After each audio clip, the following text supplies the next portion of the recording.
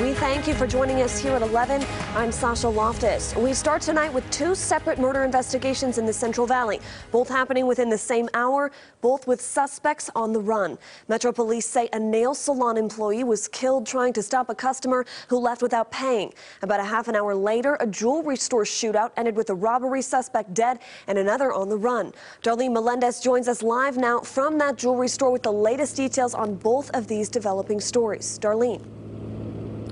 Good evening, Sasha. Well, these murders are not connected, but they were both just brazen acts of violence at local businesses. And this jewelry store behind me is where that robbery turned into a deadly shootout this evening. But before that, a nail salon employee was killed by a customer after police say that employee was trying to get a payment from that customer. Her card was declined when she was paying, and she told the store employees that she was going to go to her vehicle to get some cash. She was spotted trying to leave by those employees, and the woman tried to stop the customer from driving off, but instead was dragged dozens of feet after that customer refused to stop her vehicle. That woman later died at the hospital, and that suspect is still on the run.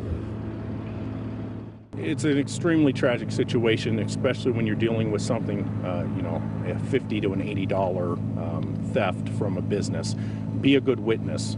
Get as much information as you can. Take a photo or, take a picture of the suspect and the suspect vehicle and call 911. Police tracked down the suspect's car at a nearby apartment complex, but tonight she is still at large. Investigators describe her as a white woman in her mid-20s.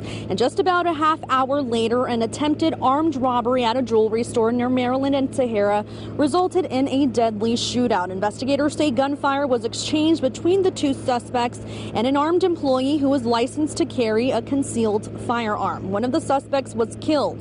The employee and a customer were also hit and are being treated at the hospital. The other suspect remains at large tonight. Anybody who is going to go into a business during daylight hours and conduct a takedown, robbery, and conduct in that manner, I can tell you we are going to put an extraordinary amount of resources into this to make sure that the outstanding suspect, is held accountable for it.